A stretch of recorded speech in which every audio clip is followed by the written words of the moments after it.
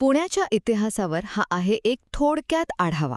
म्हणजे बघा, आज आपण ज्या पुण्याला महाराष्ट्राची सांस्कृतिक राजधानी म्हणतो, त्याचा प्रवास पुन्नग नावाच्या एका लहानशा वस्तीपासून सुरू झाला होता, ते आजचं एक मोठं महानगर होईपर्यंत. तर पहिला महत्त्वाचा टप्पा, पुण्याची खरी ओळख घडायला सुरुवात झाली ती मराठा आणि पेशव्यांच्या काळात. छत्रपती शिवाजी महाराजांनी या शहराचं महत्त्व ओळखलं, पण खऱ्या अर्थाने पुण्याला सत्तेचं केंद्र बनवलं ते पेशव्यांनी. त्यांनी फक्त शनिवार वाड्यासारखी भव्य वास्तूच नाही बांधली, तर अनेक पेठा वसवल्या. आता या पेठा म्हणजे काय?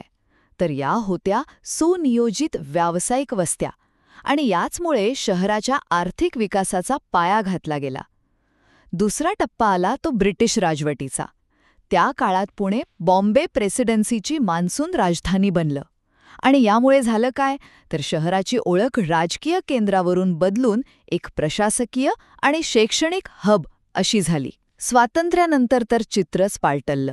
विशेषतः 1960च्या दशकात जी औद्योगिक क्रांती झाली, तिने शहराला पेन्शनर्स पॅराडाईजपासून थेट भारताचे डेट्रॉईट ही नवी ओळख दिली. आणि मग तिसरा आणि शेवटचा टप्पा, पण आजचं जे आधुनिक पुणे आहे ते कसं घडलं?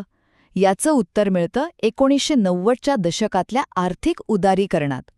या काळात शहराने आयटी आणि ऑटोमोबाईल क्षेत्रात खूप मोठी गुंतवणूक खेचून आणली, आणि याच बदलामुळे आज पुणे एक प्रमुख आयटी आणि शिक्षण केंद्र म्हणून जगात ओळखलं जातं.